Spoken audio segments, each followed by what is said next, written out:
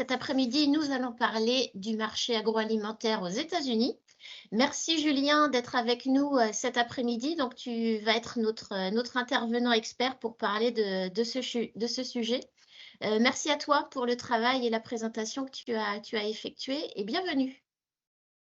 Merci pour l'invitation, Karen. Plaisir. Donc, merci à toutes et à tous d'être avec nous. On va parler de différentes choses cet après-midi.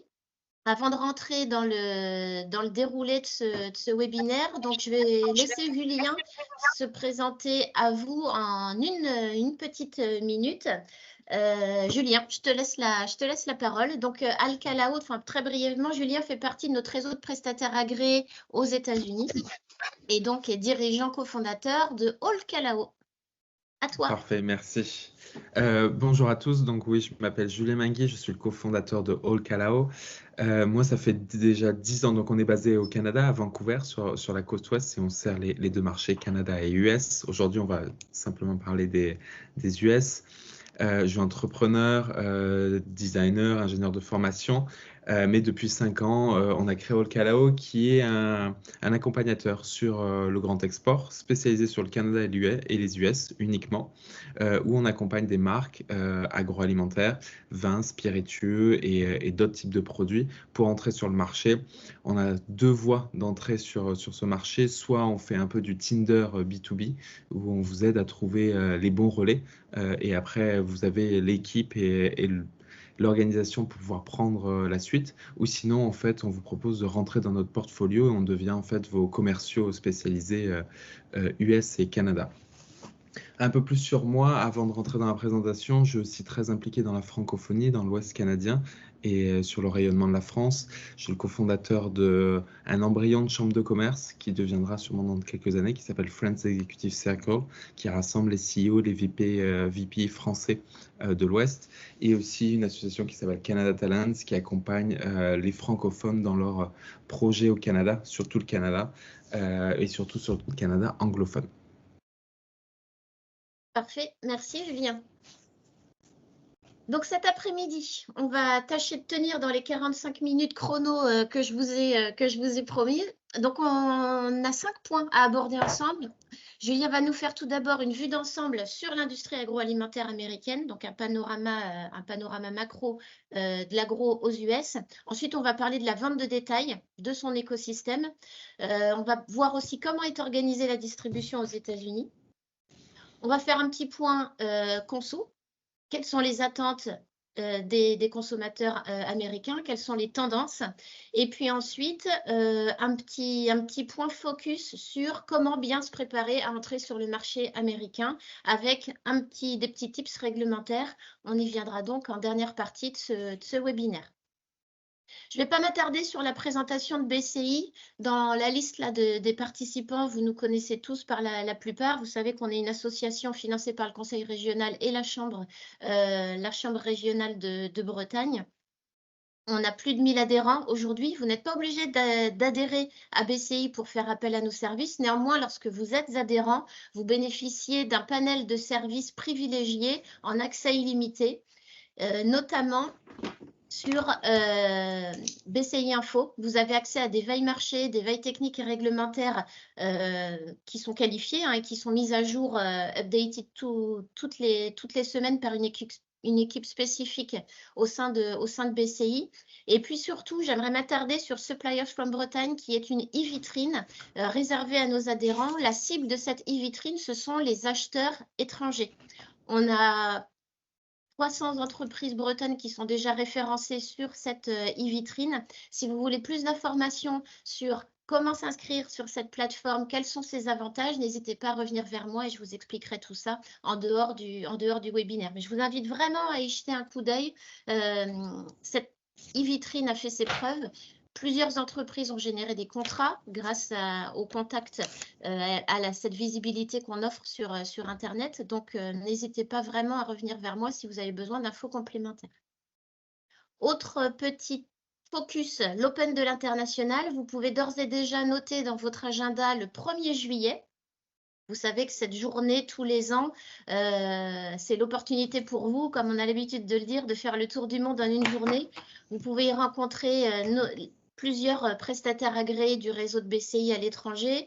Il y a plus de 1000 participants à chaque fois. Vous avez accès gratuitement à des réunions d'infos, des tables rondes, à un village partenaire.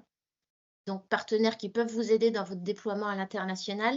Bref, là encore, vous recevrez début de ce mois toutes les infos pour vous inscrire. L'inscription est gratuite, mais obligatoire sur la plateforme opendelinternational.com. Et donc, ça se déroulera cette année pour la 12e édition à Rennes, au Couvent des Jacobins.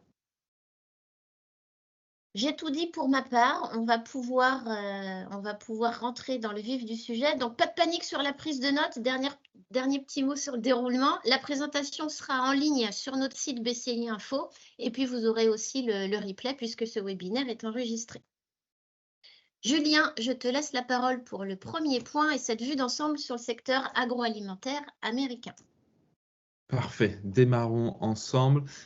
Et comme ça a été dit, surtout arrêtez-moi, posez des questions. Je vais parler de beaucoup de choses. Les chiffres, on va essayer de passer vite, mais j'aime bien mettre les choses dans le contexte. Donc, vous avez ces chiffres-là, 25 milliards sur le PIB des US pour comparer. C'est à peu près 15,9, 16 milliards pour l'Europe. Donc, ça donne à peu près une idée du marché. Un PIB par habitant qui est élevé.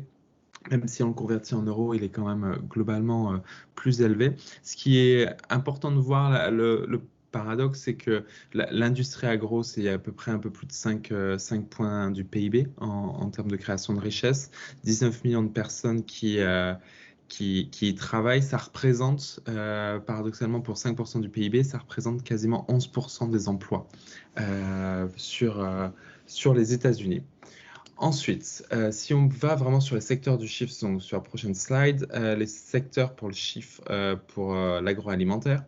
Je vous ai mis beaucoup de choses. Je ne vais pas recommencer sur les chiffres. Je vais plutôt vous parler globalement des États-Unis. Donc, on retrouve en termes de production agricole maïs, soja, blé, fruits et légumes. La chance ou l'opportunité, on va dire, pour les États-Unis, c'est d'avoir énormément de terres arables disponibles avec énormément de climats différents. Des climats qui changent entre le nord, le sud, l'est et l'ouest. Pour des questions géographiques, on voit bien que voilà, les plaines sont beaucoup plus disponibles à l'est, donc il y a plus de concentration. Je sais que la carte est un peu petite. L'idée, ce n'était pas nécessairement que vous regardiez où sont exactement tous les centres de production de nourriture ou de boissons, mais voir un peu la diversité et le positionnement avec des États qui sont beaucoup mieux équipés ou qui sont autour justement de zones arables et agricoles. On trouve aussi beaucoup d'exploitations bovines, porcs, volailles, très développées, et une industrie agroalimentaire qui est globalement assez forte aux États-Unis, mais aussi sur la scène internationale, même si la France n'a pas à rougir avec beaucoup de groupes agroalimentaires. On va dire que c'est pas le même type de produit, c'est pas les mêmes approches que les deux pays ont. Et donc, si on parle de groupes agroalimentaires, donc sur la prochaine slide, on va retrouver en fait énormément d'entreprises agroalimentaires, certaines que vous connaissez de nom, PepsiCo avec forcément le Pepsi, mais aussi beaucoup de choses derrière cachées ça. Kellogg's avec une de ses marques qui est vendue sous le nom de Kellogg's, mais il y a aussi beaucoup d'autres choses. J'ai voulu partager ça pour que vous compreniez un peu l'envers de tout ce que représente l'industrie agroalimentaire. Il y a certains noms qu'on connaît qui sont venus en Europe, il y en a d'autres qui restent spécialisés sur le marché US, mais ça donne en fait une vue d'ensemble de ce qu'est le monde agroalimentaire. Donc voilà, maintenant qu'on a passé les chiffres et surtout n'hésitez pas après à revenir dessus, on va parler un peu des grands éléments sur le marché US.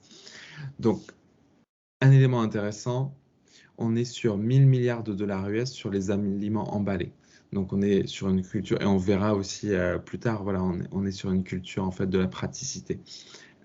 Et c'est un marché qui va augmenter quand même de 60% d'ici 2030. Donc, on est sur cette tendance et ça va continuer dans ce sens-là. On a vu précédemment donc 5% du PIB sur l'industrie agroalimentaire. Et enfin, et c'est là aussi on va rentrer un peu plus dans le détail, c'est dire que ce paysage de vente a beaucoup de similarités avec ce qu'on peut trouver en France, mais quelques particularités. Et ça va être intéressant. On va justement regarder. L'idée derrière tout ça, c'est que le consommateur a beaucoup de choix. Et le choix aussi change en fonction d'où il vit aux États-Unis. Donc, il y a une vraie segmentation qui fait, et l'offre n'est pas nécessairement la même en fonction des États, en fonction de sa position sur les États-Unis. Donc voilà la vue d'ensemble. J'ai pas voulu rester trop longtemps là-dessus, mais comme ça donne une idée de ce que représentent un peu les États-Unis en termes de marché et de potentiel. Et c'est vrai que je l'ai pas dit, c'était écrit, mais voilà, on est sur 330, un peu plus de 330 millions de consommateurs potentiels. Donc maintenant, concentrons-nous sur la vente au détail et l'écosystème. Donc, on va retrouver, comme j'avais évoqué, un peu la même structure. Les supermarchés, comme nos supermarchés qu'on peut connaître en France. En revanche, ça reste quelque chose qui est vraiment au cœur de l'expérience américaine. Les Américains sont très friands de ce type de surfaces qui sont souvent très grandes. Ils ont la chance d'avoir un grand espace, donc ils n'ont pas de problème de contraintes au niveau de superficie. Ensuite, on va retrouver aussi les épiceries de proximité, ce qu'on appelle en anglais convenience store. Ces épiceries répondent à un besoin pratique et rapide. On va les trouver, on les appelle aussi les corner stores, donc le magasin de coin. Donc on va les trouver à des croisements avec une offre très restreinte, avec des produits à consommation quasi immédiate. Donc ça va être rarement des conserves, ça va être vraiment des produits de consommation sur les 24-48 heures. On trouve aussi donc tout un réseau d'épiceries spécialisées qui sont souvent sur des positionnements ethniques ou sur des positionnements haute gamme, pardon, et aussi des supermarchés spécialisés. Et ça, c'est un élément intéressant. Ça va être spécialisé sur, on va dire, la santé, le bien-être. On connaît, je pense que vous connaissez tous Whole Foods, au moins de nom, parce que ça a été une chaîne qui a été rachetée par Amazon ces dernières années.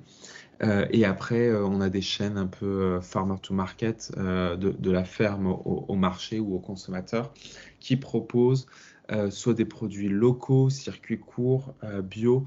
Donc voilà, c'est des éléments qui existent. On va aussi retrouver dans les supermarchés spécialisés quelque chose qui est unique aux États-Unis. C'est le mélange entre une pharmacie en libre service et un supermarché et un convenience store. Donc, c'est souvent des surfaces moyennes qui mélangent à la fois des produits de beauté.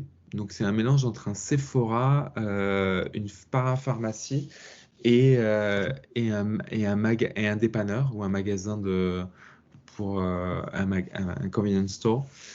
C'est typiquement, on va avoir deux gros acteurs aux États-Unis. On va avoir Walgreens, qui a beaucoup de magasins comme ça, et CVS, pardon, qui sont deux grandes marques qui sont positionnées souvent dans les centres-villes, qui sont là pour dépanner, et avec un mélange on va dire, qui est segmenté vraiment avec ce côté beauté, ce côté santé et médicaments disponibles et aussi médicaments sur prescription et ce côté un peu nourriture.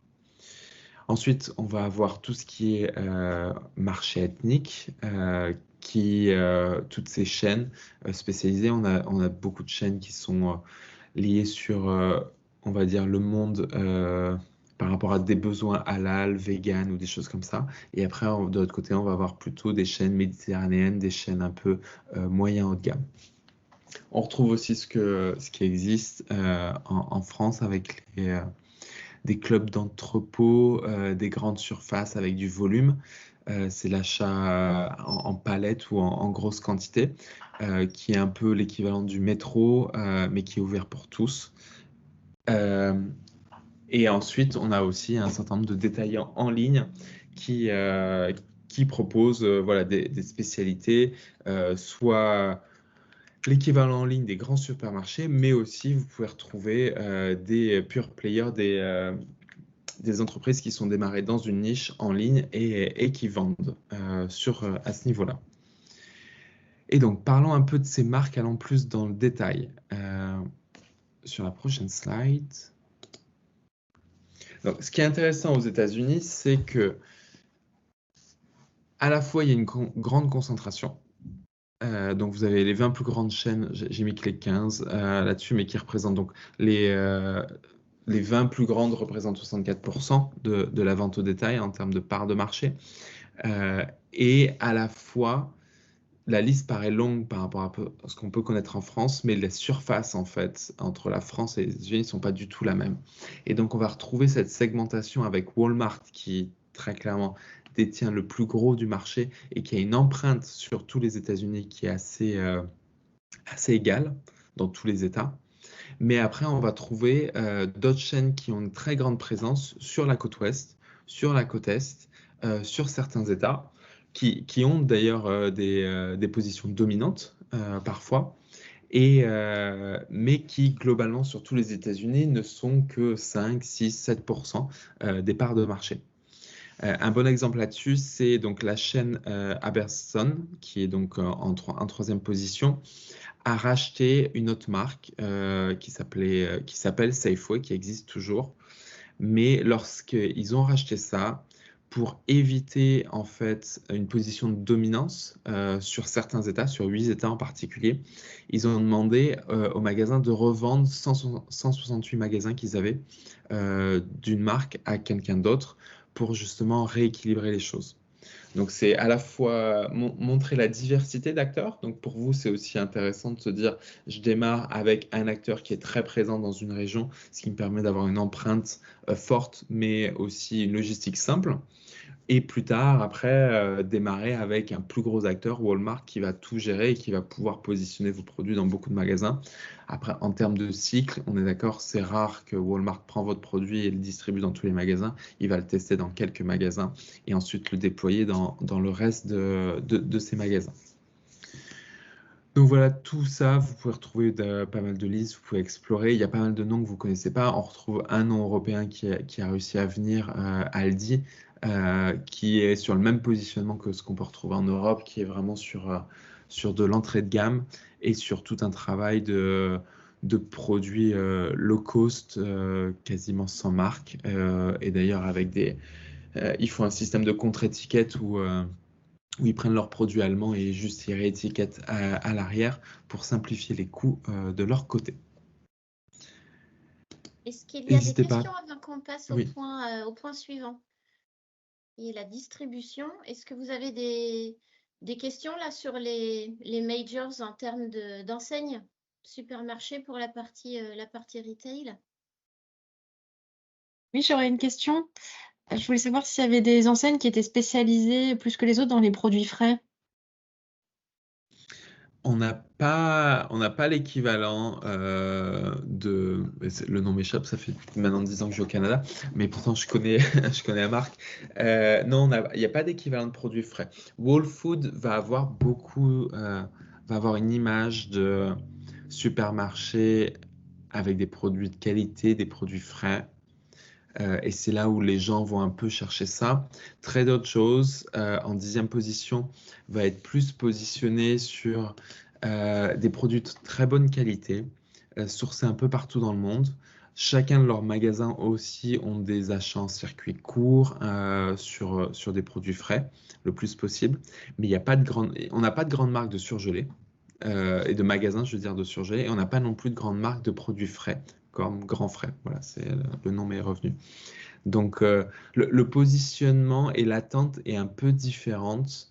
Et on verra ensuite par la suite, mais le fait que les choses doivent être pratiques, ça fait que l'achat de produits frais en proportion est moins élevé que ce qu'on peut retrouver en Europe. D'accord, merci. Merci pour la question, Fanny. D'autres questions? Alors, on va passer au point suivant. Donc, comment est structurée la distribution aux États-Unis? Oui, parfait, merci.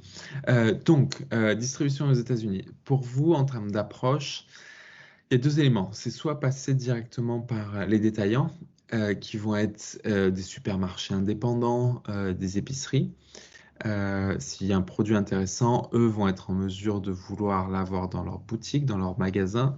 L'inconvénient là-dessus, c'est qu'ils ne sont pas nécessairement équipés pour la partie importation et gestion en fait, logistique. Ils vont souvent mettre à la charge de leur importateur et eux vont se charger de leur distribution dans leurs différents magasins. Sauf si c'est un magasin unique, à ce moment-là, il faudra aussi trouver un distributeur qui sera capable d'amener le produit depuis l'entrepôt aux États-Unis jusqu'au magasin et le livrer régulièrement.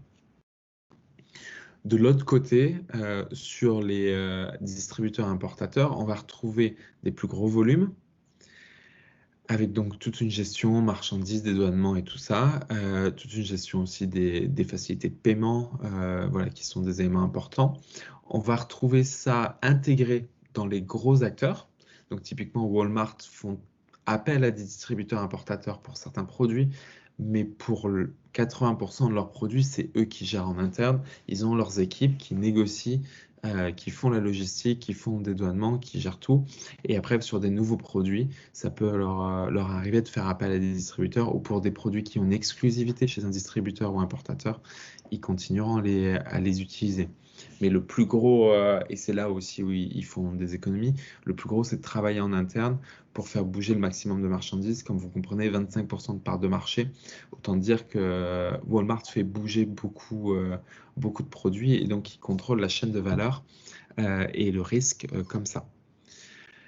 Dans ces importateurs-distributeurs, on va trouver les gros acteurs qui vont faire du volume et qui vont être sur les produits, on va dire, de base, qui vont être des produits pâtes, des produits de conserve, des produits café.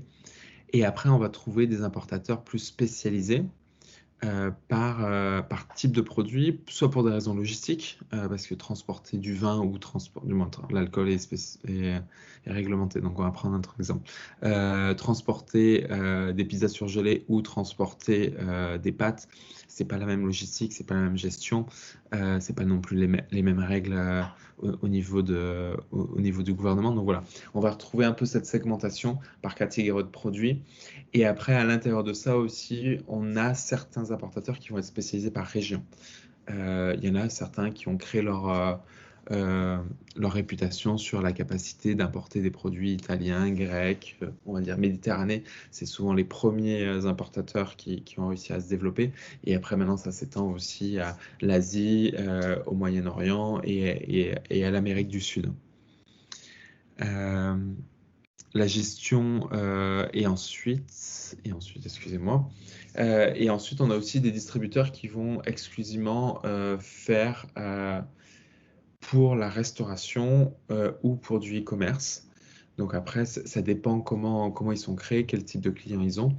Et après, c'est tout un travail justement pour vous, quand vous vous intéressez, de voir quel est le meilleur importateur ou distributeur pour vous. Les deux peuvent être intégrés, importateur-distributeur ensemble, ou séparés. Vous pouvez avoir un importateur et ensuite un distributeur qui va gérer ça. C'est deux métiers complètement différents. Un est vraiment légal, on va dire, l'autre est plus logistique, interne. Et donc, c'est à vous de voir votre capacité justement de dire comment vous voulez approcher le marché, quelle est votre capacité de gérer plusieurs interlocuteurs et voir comment vous voulez aborder ce sujet-là. Et en termes de circuit, donc on en a parlé, hein, mais sur épicerie fine, on va retrouver magasins ethniques et après des enseignes régionales / nationales qui vont être disponibles.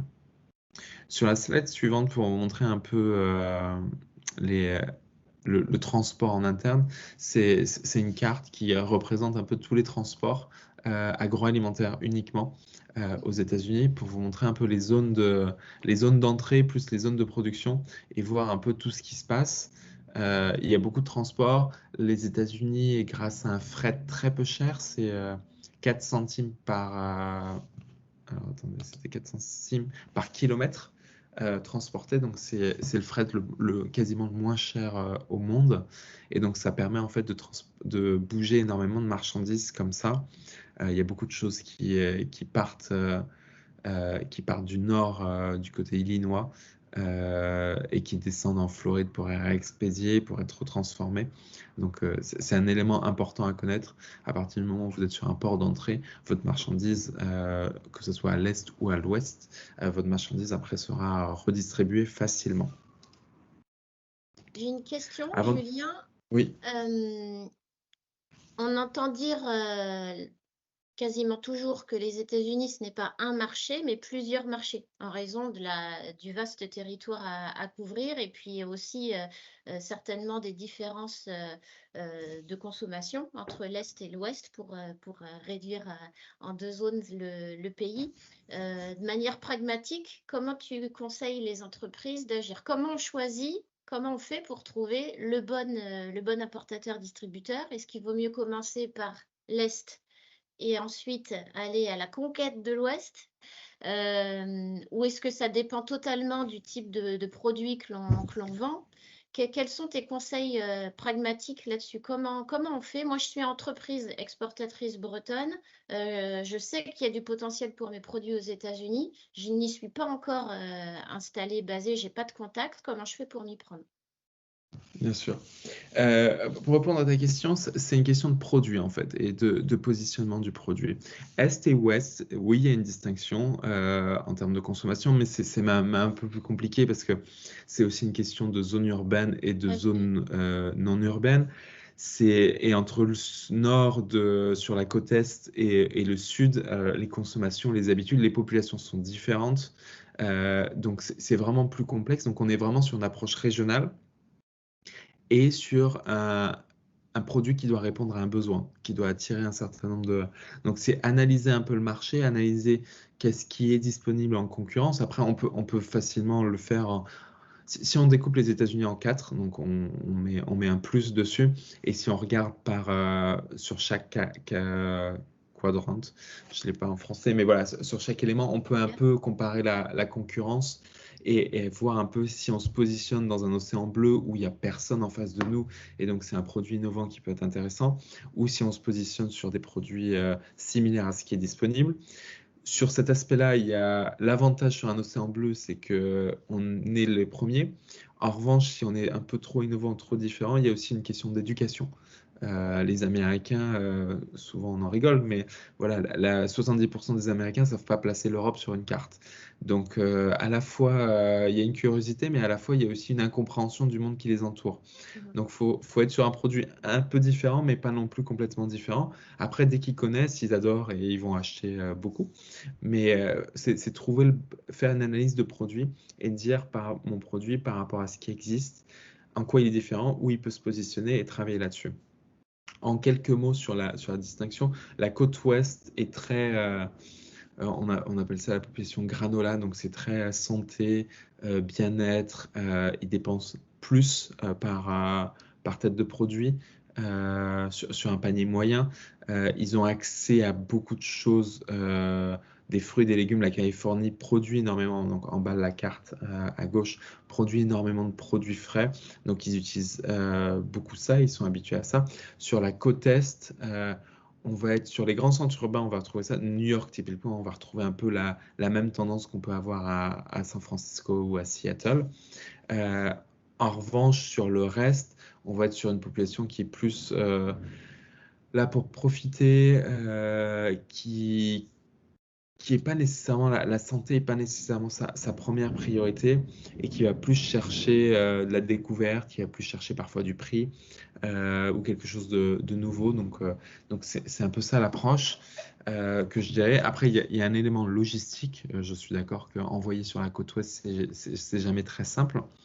Donc après, c'est travailler, pour trouver le bon distributeur ou importateur, c'est regarder un peu le type de produit qu'ils ont dans leur portefeuille et voir comment ça peut s'imbriquer pour vous. Idéalement, vous ne voulez pas quelqu'un qui a trop de produits comme vous, parce que vous allez être un peu dilué. Oui, il aura ses entrées et potentiellement des accès à certains magasins, mais en revanche, vous allez être un parmi tant d'autres. Donc, c'est aussi un risque. De l'autre côté, l'inconvénient d'avoir quelqu'un qui n'a pas encore ses entrées, c'est que oui, il va vous défendre, il va faire beaucoup d'efforts. En revanche, ça peut prendre un peu plus de temps. Ok, merci Julien. Je reviens sur ma Bien question. sûr. Alors, on préconise toujours, évidemment, en tant qu'organisme à votre service pour vous aider dans votre déploiement international à être accompagné, notamment donc grâce à des prestataires agréés comme Julien. Mais en partant du principe que j'estime être autonome, comment je fais pour trouver est-ce qu'il y a des bases de données d'importateurs-distributeurs avec leur typologie, leurs caractéristiques et déjà pour faire un premier défrichage, j'ai envie de dire des Ouais. potentiels distributeurs importateurs avec lesquels je pourrais travailler. Est-ce qu'il existe des bases de données? Il y a 2-3 bases de données qui sont disponibles sur Internet. Elles sont payantes, mais vous pouvez y accéder. Et il y a des systèmes de filtres pour un peu rechercher le type de produit et le positionnement géographique. Après, l'autre approche, si vous voulez le faire par vous-même, c'est aussi regarder les différents salons qui sont sur les États-Unis. C'est souvent un bon moyen de voir qui est présent et qui va venir. Il y a toujours le Fancy Food Show à New York qui est assez gros. Il y a d'autres, vous connaissez tous, je pense, le Cial qui fait des alternances Toronto, Montréal et Las Vegas aussi. Donc voilà, ça peut être des éléments qui peuvent démarrer la recherche. Ça dépend, comme je disais, de la capacité de l'entreprise à gérer ça. Ouais, donc la conclusion pour pas perdre de temps et pour avoir une recherche qualifiée, c'est d'être accompagné. Et puis ça, c'est le genre de service que Alcalao peut faire en fonction Oui, du profil de l'entreprise bretonne et de ses produits. Tu qualifies le ou les bons importateurs-distributeurs pour l'entreprise. oui. Exactement. Tout notre travail, en fait, c'est de réduire le bruit, en fait, dans la démarche. On reconnaît qu'il y a plus d'un millier d'intermédiaires. Donc, c'est nous, on discute avec eux, on parle de vos produits sans pour autant donner trop de détails. Et ensuite, s'ils sont intéressés sur le principe de votre capacité de production, de votre positionnement prix et tout ça, après, en fait, justement, on fait les premiers calls et on introduit, en fait, le Hum. distributeur, l'importateur à l'entreprise. Ok, merci beaucoup. Des questions avant que l'on passe au point conso? On en a un petit peu parlé à l'instant avec les habitudes conso entre la côte ouest et la côte est, mais il n'y a pas de questions? On peut passer au point suivant? Si, pardon, une petite Oui, question Ophélie. par rapport aux différents retailers que vous avez cités. Est-ce Mhm. que notre produit doit être adapté en fonction de ces retailers, certains ont des particularités, ou est-ce qu'on reste sur un produit, enfin notre produit standard, plutôt que de s'adapter à ces grands retailers? Par exemple, si je prends Walmart, je connais pas trop leur profil, mais j'imagine qu'ils vendent pas tout à fait les mêmes typologies de produits que Whole Foods, Trader Joe's ou Quand vous Sprouts. dites adapter, vous parlez de recettes ou vous parlez de packaging ou les deux? Plutôt packaging que recettes et prix. Par exemple, Walmart n'a pas Ah, le même niveau de prix que non. Whole Foods. Est-ce qu'il faut s'adapter à leur offre ou est-ce qu'il faut faire un Alors, choix en fait? oui, bien sûr. Donc, en termes de packaging, souvent, ils vont pas vous imposer au début de changer le packaging.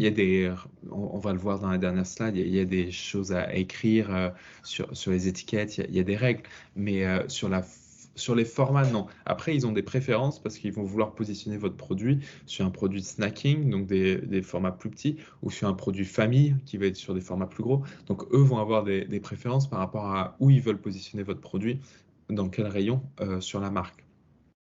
Après, en termes de prix, très clairement, si Walmart vous achète plusieurs containers, oui, ils vont vouloir travailler sur le prix. Historiquement, les acteurs nord-américains sont moins durs sur la négociation des prix que ce que vous pouvez connaître en France.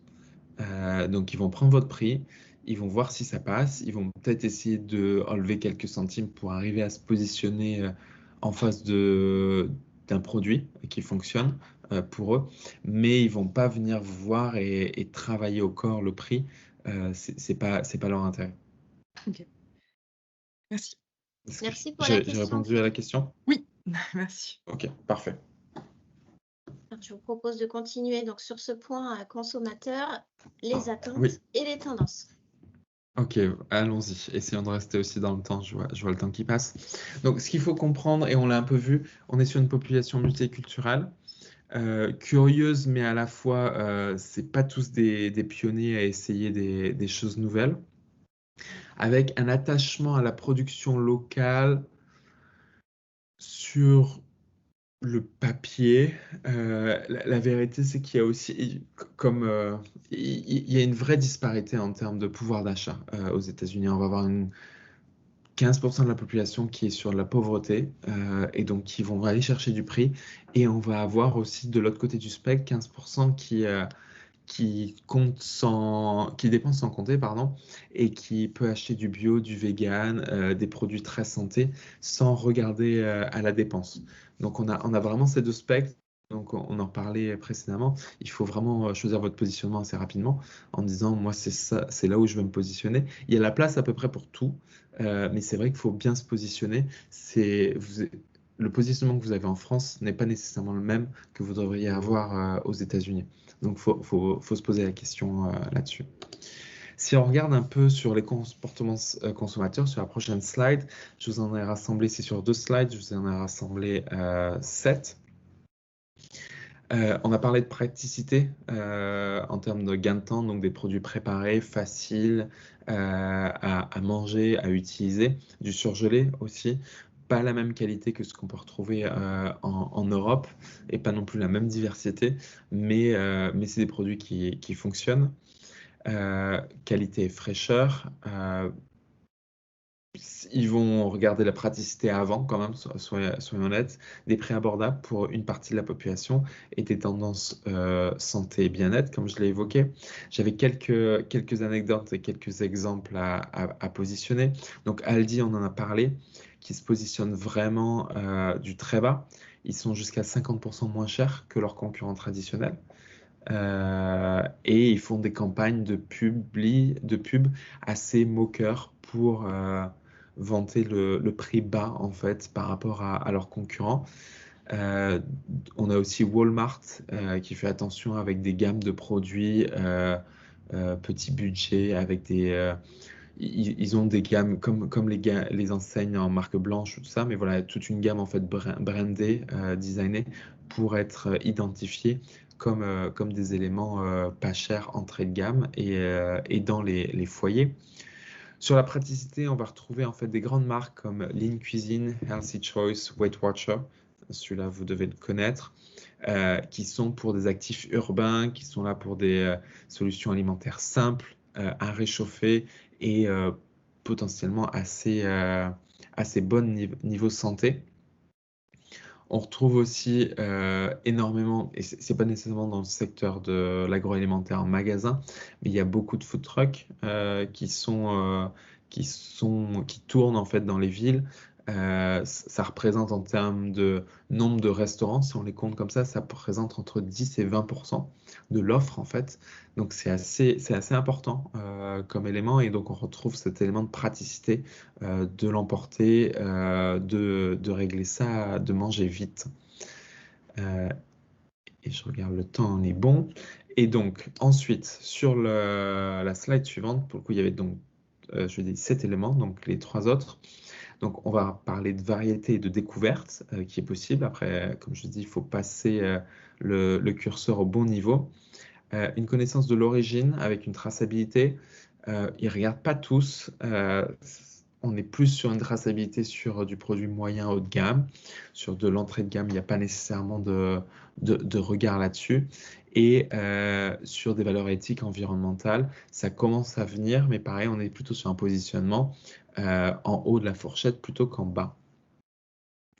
Un autre exemple, c'est que je voulais vous partager sur les produits ethniques. Donc, on a Trader Joe's dont je vous avais parlé, qui est vraiment un des acteurs qui travaille justement sur les produits ethniques et qui cherche et qui a créé un véritable culte avec une pâte à tartiner qui s'appelle Cookie Butter, qui est inspiré en fait d'une pâte à tartiner belge et que les Américains adorent. Donc des nouveaux produits, c'est possible. Ils y connaissaient pas avant, ils l'ont découvert et les gens se déplacent exprès pour aller à Trader Joe's. Moi qui vis au Canada, il y a des gens même qui font 2 heures de route, parce qu'on n'en a pas au Canada, pour descendre dans la frontière pour aller à Trader Joe's et pour repartir. Donc ils ont une sorte d'attachement aussi à ça. Sur la traçabilité, typiquement Walmart depuis 2016 aussi a commencé à introduire un logo spécifique pour les produits qui sont cultivés localement. On pourrait appeler ça du greenwashing, sûrement, mais voilà, c'est des éléments qui commencent à apparaître. Et enfin, le dernier point sur les leviers consommateurs. Donc, on les a vus un peu, ces éléments-là. Qualité, accessibilité, praticité, une fidélité, comme on a vu par rapport à Trader Joe's, et un peu d'éco-conscience. Typiquement sur ces aspects-là, un exemple, c'est Kraft, qui a un fromage à étaler qui s'appelle Velveeta, a voulu à un moment changer la recette. Et en fait, ils ont reçu une pétition avec des milliers de signatures et des lettres pour empêcher et boycotter la marque pour éviter qu'elle change la recette. Donc, il y a des vrais attachements sur des produits quand même qui sont des produits industriels. Mais voilà, les Américains ont ce paradoxe-là de s'attacher à une marque et à un produit à ce niveau-là. Et ensuite, continuons. On attaque le Allons-y. Donc, le petit point réglementaire. Exactement. Et d'ailleurs, voilà. Donc sur la FDA, je pense que si vous êtes intéressé aux États-Unis, vous savez ce que c'est Food and Drug Administration. Ça va être les éléments qu'il va falloir passer sur vos produits et certains produits sont réglementés. Typiquement, les produits viande, les choses comme ça sont assez réglementées. Après, gérer aussi avec le passage aux frontières, il y a une réglementation d'étiquetage qui est importante à faire. Les valeurs nutritionnelles sont présentées différemment qu'en Europe. Les éléments à présenter aussi, les allergènes aussi sont un peu différents. Là-dessus, il y a énormément de ressources sur le site et je pense que aussi BCI peut vous accompagner. Je te Oui, relaisse la tout à parole fait. là-dessus. Donc, je vous ai rajouté une petite slide. Effectivement, mes collègues en CCI territorial, donc à votre proximité, sont à votre écoute et sont spécialisés notamment dans tout cet accompagnement technique et réglementaire. Donc, je vous ai mis ici quelques ressources sur BCI Info avec des fiches réglementaires, des fiches sur la FDA, pardon, comment rédiger vos contrats. Enfin, on a vraiment des choses taguées Food USA avec tous ces conseils et ces infos techniques et réglementaires que vous pouvez retrouver sur BCI Info. Et dans les contacts à la fin de cette présentation, je vous ai mis aussi l'email justement pour contacter mes collègues si vous avez des questions sur toute cette partie réglementaire. Parfait. Et donc, mes recommandations à ce niveau-là, c'est comprendre et bien maîtriser en fait les particularités de la distribution. Ça va être un élément clé. Quand je dis distribution, c'est pas la logistique pour aller nécessairement pour aller aux États-Unis, mais c'est vraiment comprendre quel va être votre importateur ou quel est votre cible d'importateur, distributeur, et comprendre comment vous allez travailler là-dessus. Ça rejoint aussi le fait que le marché en fait est assez cloisonné, à part si vous arrivez directement à rentrer avec Walmart et faire énormément de volume, mais vous allez devoir sûrement commencer par travailler par État, par ethnie, avec un positionnement qui doit être déterminé. Et le dernier point, c'est de dire aussi que voilà, le marché US, c'est aussi une vraie porte d'entrée avec NAFTA sur le Canada, sur le Mexique. Donc, vous positionner là-dessus, c'est un élément important. Pour rappel, donc voilà, on peut vous accompagner là-dessus. L'idée pour nous, c'est on propose des offres pour les primo-exportateurs sur le grand export US-Canada. On comprend qu'il y a des questions de risque financier, d'investissement. Nous, on est là pour vous aider et pour accélérer votre développement. On a potentiellement, BPI France propose une assurance export. Donc, si vous voulez monter un dossier, nous, on peut être référencé comme votre expert. Et donc, ça permet de BPI vous protéger financièrement pour un plan sur 1 ou 2 ans et de nous vous accompagner sur 1 ou 2 ans justement pour ça. Merci beaucoup, Julien, pour cette présentation. C'était très pragmatique et concis. Merci beaucoup. Évidemment, il y a plusieurs sujets qui mériteraient d'être plus creusés et puis sur lesquels il faudrait s'attarder. Mais encore une fois, on est à votre entière disposition pour ça. Donc, n'hésitez pas à revenir vers moi si vous souhaitez un rendez-vous en visio avec Julien pour aller plus en profondeur sur certains sujets. Est-ce qu'il y a des questions avant que l'on clôture ce webinaire? Pas de questions? Oui, si j'ai une petite question et d'ailleurs j'avais oublié de me présenter, excusez-moi quand j'ai posé une première question. Donc Fanny Stocker et moi je travaille pour une agence qui s'appelle Agripass. Donc on n'investit pas aux États-Unis. Par contre, on organise des voyages d'études et pour les entreprises qui pourraient être intéressées pour voilà, investir dans les destinations où on les emmène. Et moi je voulais vous demander si vous aviez des exemples de success story d'entreprises qui auraient percé le marché états-unien, mais plus sur des produits frais. Oh, sur des produits frais légumes, produits frais, quels produits frais? Enfin voilà, légumes ou viande ou peu importe.